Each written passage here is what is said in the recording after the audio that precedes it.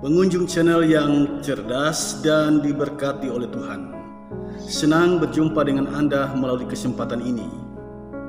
Sebagai orang yang percaya, kita sering mendapatkan pertanyaan seputar iman kita. Kali ini, kita berfokus pada satu pertanyaan tentang mujizat Tuhan. Pertanyaannya adalah, apakah tanda-tanda mujizat yang menyertai orang percaya sebagaimana yang disebutkan dalam Markus pasal 16 ayat 17 sampai 18 masih berlaku di zaman ini, masih terjadi di zaman ini? Untuk menjawab pertanyaan ini, mari kita simak melalui video berikut ini. Teman-teman yang dikasihi Tuhan, Markus 16 ayat 17 sampai ayat yang ke-18 ternyata dimaknai berbeda oleh orang Kristen sekarang ini. Ada yang berpendapat bahwa tanda-tanda ajaib atau mujizat yang disebutkan dalam Markus 16 ayat 17 sampai ayat yang ke-18 itu sifatnya sementara. Jadi hanya terjadi di zaman para rasul, tidak terjadi sekarang ini. Karena adanya pemahaman yang sedemikian ini, muncullah sikap skeptis, tidak percaya adanya mujizat dalam kehidupan orang Kristen. Pada sisi lain, ada orang yang berpendapat bahwa tanda-tanda ajaib atau mujizat yang disebutkan dalam Markus pasal 16 ayat 17 sampai ayat yang ke-18 itu terjadi pada zaman para rasul, tetapi tetap berlangsung sampai zaman ini. Pemahaman ini melahirkan sikap yang optimis, bahkan ada yang terlalu berlebihan menurut saya. Sebut saja peristiwa ketegangan antara Pendeta Rusli dan Mualaf Agus Wiyanto. Keduanya saling menantang minum racun. Perilaku yang semacam di atas terjadi karena tidak mendalami dengan baik apa maksud firman Tuhan dalam kitab Injil Markus pasal 16 ayat 17 sampai ayat yang ke-18. Di sini pentingnya kita menggali lebih dalam lagi bagian Alkitab ini. Menurut saya ada 3 kata kunci yang harus kita tafsirkan dan telusuri secara mendalam di sini dalam ayat yang ke-17 dari Markus pasal 16. Yang pertama adalah kata tanda-tanda. Itu harus kita gali lebih dalam. Yang kedua adalah kata menyertai. Yang ketiga adalah kata orang percaya. Kita mulai dari yang pertama. Apa itu tanda-tanda? Di dalam Perjanjian Baru ada 3 kata yang diterjemahkan tanda. Yang pertama stigmata, sebagaimana disebutkan oleh Paulus dalam kitab Galatia pasal 6 ayat 17. Tanda di sini menunjuk pada tanda berupa bekas luka bakar pada kulit. Tanda ini diberikan oleh seorang tuan kepada budaknya. Nah, dengan tanda itu, budak yang mendapatkan tanda tersebut menjadi milik si tuan tersebut. Paulus menggunakan kata stigmata atau tanda untuk menunjuk pada dirinya yang telah menjadi milik Yesus Kristus. Kata yang kedua, karakma. Ini adalah tanda yang diberikan oleh binatang yang disebutkan dalam Wahyu pasal 13 yang bertanduk buah sama seperti anak domba dan suaranya seperti suara naga. Binatang tersebut merupakan simbol antikris. Jadi karakma adalah tanda antikris. Tanda itu diberikan kepada manusia dan dinyatakan atau diletakkan pada tangan kanan atau pada dahi. Tanda itu berupa angka 666. Nah, yang ketiga sekarang, semeion, yaitu tanda yang diberikan Allah untuk menandai pekerjaannya. Tanda yang diberikan Allah untuk menandai pekerjaannya. Itu semeion. Dari kata ini muncul semeia, kata semeia, yang pada keseluruhan kitab Injil Yohanes menunjuk pada mujizat-mujizat yang dilakukan oleh Yesus. Nah, dari ketiga kata di atas, kata Yunani yang digunakan dalam Markus pasal 16 ayat 17 adalah semeion.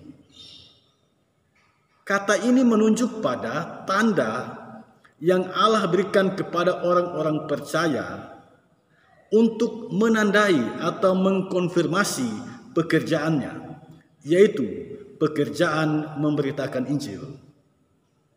Tanda itu berupa semeia, berupa mujizat, yaitu mengusir setan, berbicara bahasa yang baru, memegang ular berbisa tidak mendapatkan celaka, minum racun tidak mendapatkan celaka, kemudian menyembuhkan orang. Itu adalah semeia, itu adalah mujizat. Semua mujizat itu Tuhan hadirkan untuk meneguhkan pemberitaan firman Tuhan, supaya banyak orang semakin percaya pada apa yang diberitakan. Itulah sesungguhnya maksud dikaruniakannya mujizat-mujizat itu. Mujizat dikaruniakan Tuhan untuk meneguhkan firman Tuhan, supaya semakin banyak orang yang percaya pada firman Tuhan. Mujizat dihadirkan untuk itu. Nah, penginjil Markus menulis dalam ayat 17 bahwa tanda berupa mujizat ini menyertai orang percaya. Kata menyertai diterjemahkan dari kata dalam bahasa Yunani parakoluteo.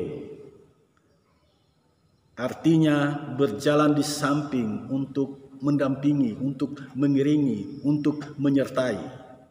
Nah, siapa yang berjalan itu? Itu pertanyaan kita. Kalau dia berjalan di samping untuk menyertai, lalu siapa yang berjalan bersama dengan orang percaya itu? Itulah Roh Allah, yaitu Roh Kudus yang dijanjikan oleh Yesus Kristus Tuhan kita. Masih ingat janji Tuhan kepada murid-muridnya? Aku tidak akan meninggalkan kamu sebagai yatim piatu. Akan datang seorang penolong, akan datang seorang penghibur. Parakletos, Roh Kudus, itulah yang dijanjikan oleh Tuhan Yesus mengiringi perjalanan kehidupan orang percaya. Dialah sumber kuasa terjadinya mujizat di dalam kehidupan orang percaya. Lalu siapakah orang percaya yang dimaksudkan di sini? Siapa? Mari kita pahami kalimat ini dalam konteksnya.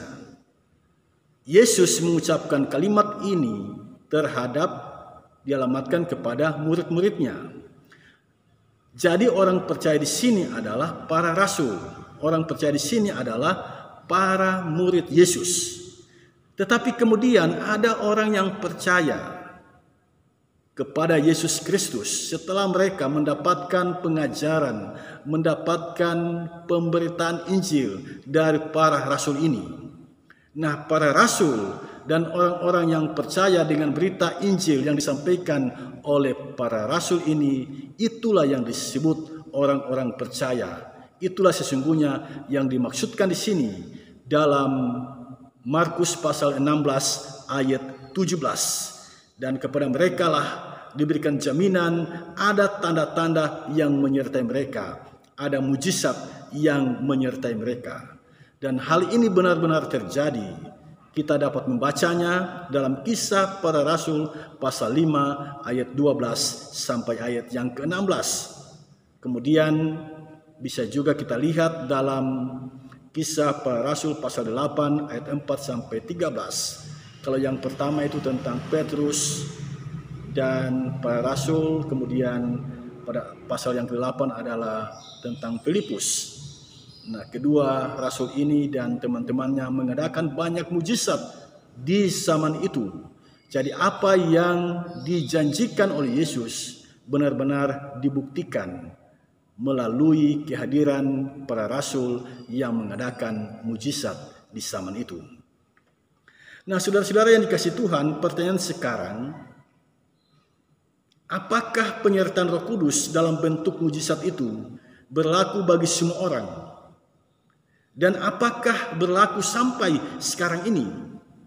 Apakah semua orang percaya memiliki kuasa untuk melakukan mujizat? Dari Markus pasal 16 ayat 17 sampai 18 kita dapat simpulkan begini. Yang pertama, kuasa mengadakan mujizat itu benar-benar ada. Dan Tuhan Yesus memberikannya kepada para rasul dan orang-orang percaya di zaman itu. Jadi tentang mujizat itu benar-benar ada. Benar-benar diberikan oleh Yesus kepada para rasul dan orang-orang percaya di zaman itu. Yang kedua, mujizat itu dihadirkan untuk meneguhkan pemberitaan firman Tuhan. Dan itu sudah terjadi pada zaman para rasul. Nah, apakah mujizat itu sudah selesai pada zaman para rasul itu? Apakah janji Tuhan Yesus bahwa tanda mujizat itu menyertai orang percaya, apakah itu hanya berlaku bagi orang-orang yang percaya di zaman para rasul? Untuk mengetahui jawabannya, mari kita telusuri sejarah penginjilan setelah zaman para rasul. Kita akan lihat apakah Tuhan meneguhkan berita Injil yang disampaikan oleh para penginjil itu juga dengan mujizat-mujizat seperti yang terjadi pada zaman para rasul. Nah, mari kita lihat dalam sejarah penginjilan sebagaimana yang ditulis oleh sejarawan yang bernama Eusebius. Ternyata Eusebius menunjukkan kepada kita ada seorang tokoh gereja yang bernama Justus Barsabas. Justus Barsabas ketika dia melaksanakan penginjilannya, dia dipaksa untuk minum racun untuk membuktikan apakah mujizat Yesus itu benar-benar nyata di dalam perjalanan kehidupan orang percaya. Yang menarik adalah Justus Barsabas dia meminum racun itu. Nah, apakah dia mati setelah dia meminum racun itu? Ternyata tidak. Justus Barsabas tidak mati setelah dia minum racun. Dan bukan cuma Justus Barsabas. Kalau kita membaca sejarah penginjilan di tanah Batak, penginjil yang bernama Numensen juga tidak kunjung mati setelah dia minum racun. Itulah yang menyebabkan para raja di tanah Batak mempercayai sepenuhnya kemahakuasaan Yesus yang diperkenalkan oleh Numensen. Nah, di era sekarang ada saja kisah para pendeta, para pastor, para gembala yang mengusir setan dan menyembuhkan orang. Nah, dengan fakta-fakta yang seperti ini menjadi jelas kepada kita bahwa mujizat Tuhan tidak selesai di zaman para rasul, tidak selesai di situ. Mujizat Tuhan tetap berlangsung di sepanjang sejarah kehidupan orang percaya, dan mujizat itu benar-benar meneguhkan pemberitaan Injil yang disampaikan oleh orang-orang yang percaya. Nah, dengan memahami hal ini menjadi jelas bagi kita, jika ada orang yang menjadikan ayat ini untuk unjuk mujizat, itu tindakan yang tidak benar. Tindakan semacam itu dapat dikategorikan sebagai perbuatan mencobai Tuhan, dan Tuhan tidak berkenan atasnya. Tuhan tidak berkenan mujizat digunakan untuk menyembuhkan diri. Mujizat itu Tuhan nyatakan dengan satu tujuan yang jelas, agar manusia percaya pada satu berita Injil yang disampaikan dan beriman kepada Yesus Kristus. Itu sesungguhnya tujuan mujizat itu dinyatakan Tuhan di dalam perjalanan kehidupan orang-orang yang percaya kepadanya. Nah, sesungguhnya mujizat Tuhan itu tetap berlangsung sampai sekarang. Dan mujizat itu terjadi pada zaman ini. Dalam melihat mujizat, perhatian kita janganlah diarahkan kepada si pelaku mujizat, tetapi arahkanlah perhatian kita kepada Tuhan. Sebab Roh Kuduslah yang memberikan karunia mujizat kepada seseorang, sebagaimana yang dicatat dalam 1 Korintus pasal 12 ayat 10 dan ayat yang ke-28. Di dalam kedua ayat ini menjadi jelas kepada kita bahwa Roh Kudus memberikan karunia mujizat. Sekali lagi saya katakan, Roh Kudus memberikan karunia mujizat. Itu berarti sampai Kristus datang kembali, mujizat itu tetap ada. Dia terjadi dan itu nyata adanya. Sebab Tuhan turut bekerja ketika kita mengambil bagian dalam pemberitaan Injil. Mujizat itu tetap ada, tetap nyata untuk memperlengkapi orang percaya untuk meneguhkan pemberitaan Injil. Ketika mujizat itu terjadi, penginjil Markus mau mengatakan kepada kita, itu adalah tanda. Itu adalah semeion, tanda Allah turut bekerja meneguhkan firman-Nya. Tanda bahwa Allah benar-benar hadir, turut bekerja meneguhkan firman-Nya. Yang menjadi perhatian kita di sini adalah Allah yang turut bekerja itu. Janganlah perhatian kita beralih terarah kepada orang yang mendapat karunia untuk mengadakan mujizat itu. Bukan dia yang harus kita muliakan, bukan dia yang harus kita sanjung, tetapi muliakanlah Allah yang turut bekerja meneguhkan pemberitaan firman yang disampaikan orang-orang percaya di zaman sekarang ini. Karena itu, ketika mujizat itu terjadi, muliakanlah Tuhan Yesus. Ketika engkau menyaksikan mujizat itu, muliakanlah Tuhan Yesus. Apapun yang menjadi pergumulan kehidupan kita, ingat dan percayalah satu hal. Mujizat itu nyata. Mujizat itu benar-benar ada. Karena Allah sampai detik ini turut bekerja untuk mendatangkan kebaikan bagi setiap orang yang percaya kepadanya.